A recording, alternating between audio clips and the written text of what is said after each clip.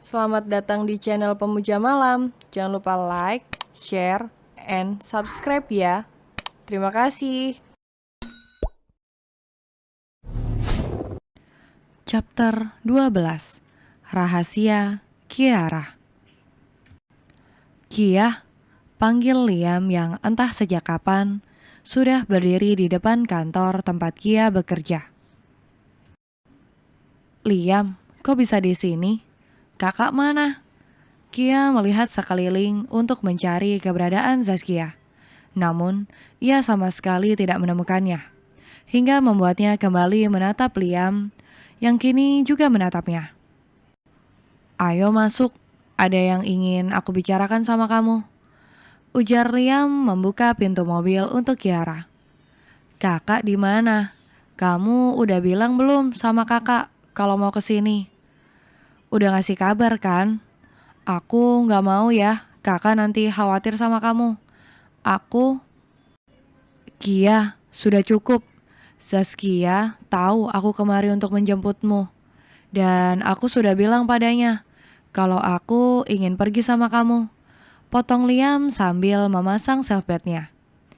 Emang kita mau kemana? Kemana aja? Kamu mau kemana? Kamu kesambet apaan sih?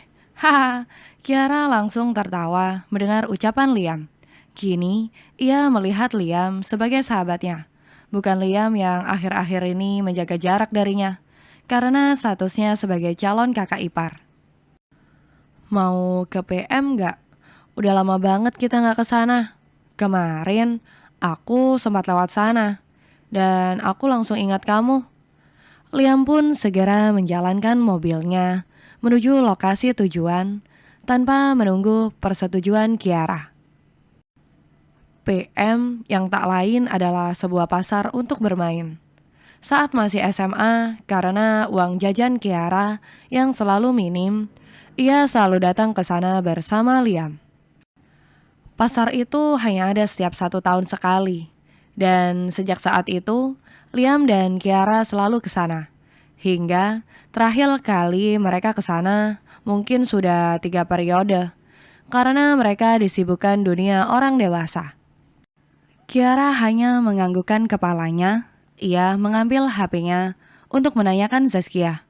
Sungguh, kini ia selalu dihantui rasa bersalah bila dirinya berdua dengan Liam. Oke, dia memang menyukai laki-laki itu. Namun kini entah mengapa, rasa takut dan rasa bersalahnya lebih besar dibanding rasa suka dan nyamannya yang dulu ada di setiap dirinya bersama dengan Liam. Kebahagiaan Kiara sangatlah sederhana, tidak seperti kebanyakan wanita. Walau sebenarnya Kiara bukanlah dari kalangan menengah ke bawah, namun ia lebih menyukai permainan dan makanan orang biasa. Udah lama banget kan kita gak kesini, kata Liam membuka percakapan. Mungkin 3 tahunan yang lalu kali ya. Hahaha, harusnya kita kesini udah sama pasangan masing-masing. Atau bahkan kelak kita kesini udah sama buntut. Kiara kembali tertawa karena ucapannya sendiri. Membayangkan bagaimana mereka memiliki pasangan lain dan anak dari orang lain. Bagaimana rasanya? Setelah menikah, aku dan Zaskia akan menetap di Paris. Ucap Liam begitu pelan, namun masih bisa didengar oleh Kiara. Sorry karena itulah kami memutuskan menikah setelah kamu menikah. Agar aku bisa tenang, pergi karena kamu sudah bersama pasangan kamu. Bagai tertusuk ribuan jarum, nafas Kiara seolah tercekat di tenggorokan. Sesak, itulah yang Kiara rasakan saat ini. Tidak cukupkah ia merelakan Liam untuk Zaskia? Tidak bisakah mereka tetap berada di Indonesia? Agar mereka masih bisa bertegur sapa.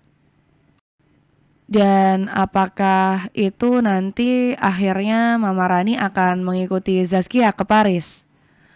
Apakah Kiara akan dibuang seorang diri di Indonesia? Membayangkan hal itu membuat Kiara tersenyum getir. Namun, matanya juga terasa begitu pedih, seolah ingin menangis.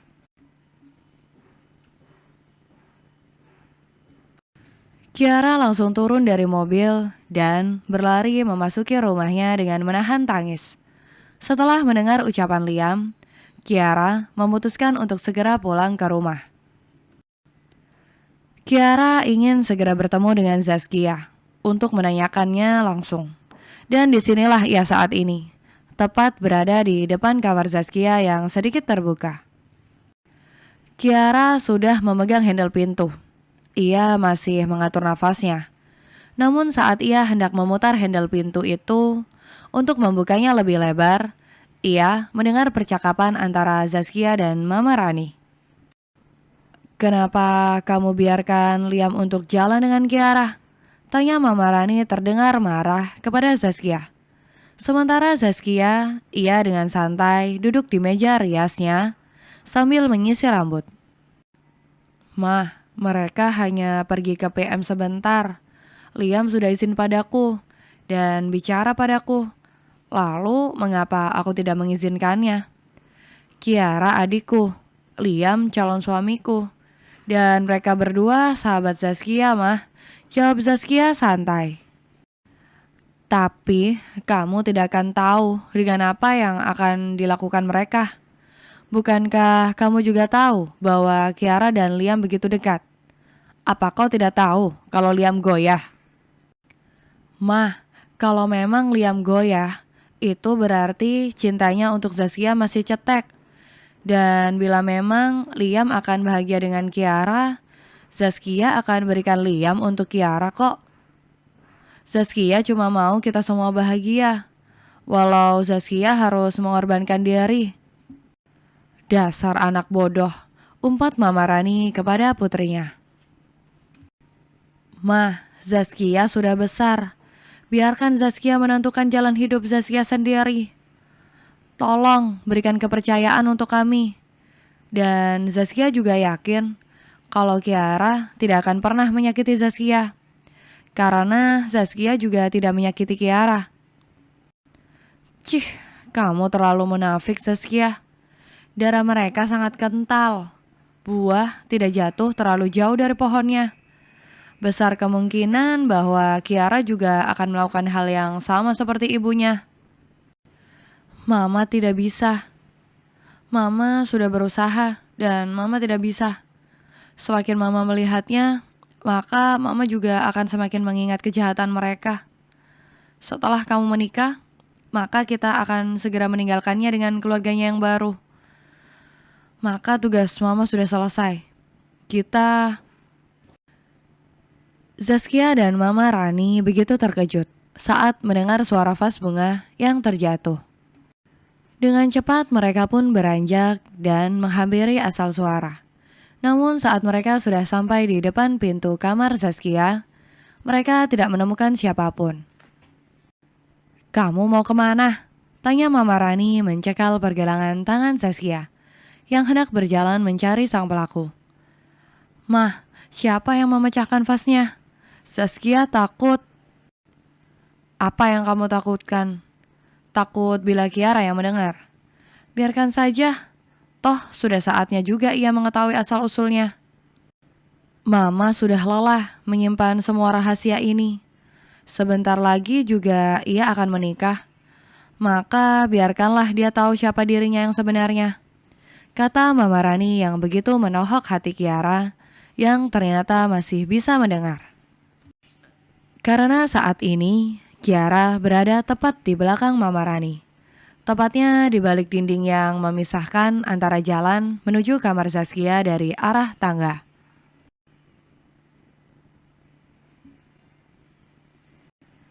Setelah beberapa saat, ia mendengar suara pintu kamar Zaskia yang sudah ditutup kembali. Ia pun memanfaatkan waktu untuk pergi. Kiara tidak mau terlihat dirinya hancur di depan mama dan kakaknya. Ia segera menghapus air matanya. Lalu, ia berlari menuruni tangga dengan kaki telanjangnya. Aku anak penjahat. Siapa orang tuaku? Kenapa mama begitu membenciku? Dan kenapa mama tega menjemujingkan ini dariku? Kenapa? Gumam Kiara dalam hati. Kiara menutup mulutnya dengan sangat erat. Air matanya sejak tadi sudah mengalir deras membasahi pipinya. Kiara pergi meninggalkan rumahnya dengan membawa motor. Tak lupa ia mengenakan helm. Namun ia tidak mengenakan jaket. Ia menembus jalanan ibu kota dengan ditemani dinginnya malam. Kiara tidak tahu kemana tujuannya saat ini. Namun ia ingin menenangkan diri untuk sejenak. Mungkin berkeliling kota di malam hari bisa membuatnya sedikit tenang, pikirnya. Motor yang ditumpangi oleh Kiara berhasil menepi dengan sedikit lecet karena menabrak trotoar. Kiara begitu terkejut karena ada sebuah mobil yang tiba-tiba menghadang jalannya. Daripada menabrak mobil, ia pun akhirnya memutuskan untuk membelokkan stang motornya dan menabrak trotoar. "Kamu gila," sentak seorang laki-laki tiba-tiba turun dari mobilnya sambil marah-marah kepada Kiara. "Kamu yang gila. Kenapa kamu berhenti mendadak? Dan kamu lihat, motorku terluka. Kenapa malah kamu yang marah-marah, hah? Dasar manusia kasar gak ada akhlak. Kamu lihat, motorku lecet." Kiara langsung terisak sambil menunjuk motornya yang kini tergeletak di pinggir jalan. Sementara laki-laki yang masih berdiri dengan ekspresi marah itu hanya menatap Kiara dengan tatapan semakin kesal. Terlebih saat melihat kaki Kiara polos tanpa alas kaki. Marah, tentu saja. Dirinya baru saja hendak pulang setelah lembur. Dan ia malah bertemu dengan Kiara yang sedang mengebut di jalanan dengan motor dan tanpa jaket. Bukankah itu sangat berbahaya? Makanya ia sangat kesal dan memutuskan untuk menghentikan motor Kiara. Namun berulang kali ia mengklakson agar Kiara menghentikan motornya, namun tidak digubris. Bukan mengurangi kecepatan atau berhenti, Kiara malah semakin menambah kecepatannya, hingga membuat Kai semakin emosi. Dan sekarang lihatlah, gadis itu malah menangisi motornya daripada keadaan dirinya yang lecet di bagian siku dan lututnya. Meski Kiara memakai baju dan celana panjang, namun itu hanya baju bahan tidak tebal, seperti celana jeans atau jaket. Kiara masih mengenakan pakaian kerjanya. "Buka helm kamu," titah Kai dengan wajah datarnya. Namun Kiara masih enggan membukanya. Ia pun kembali berlutut dan mengecek keadaan motornya. "Buka helm kamu, Kiara," sentaknya karena Kiara tak mendengarkan ucapannya. Tanpa berkata atau bertanya, Kai pun langsung membuka helm Kiara. Dan benar saja, ada beberapa luka lecet di keningnya. Namun bukan itu yang menjadi fokus Kai saat ini. Mata Kiara sangat merah dan terlihat sembab. Apakah dia menangis? Apakah begitu sakit sampai dia menangis begini? Aku pikir dia tidak bisa menangis sampai sembab begini. Ternyata dia memang perempuan. Gumam Kai berdecak dalam hatinya. Bersambung.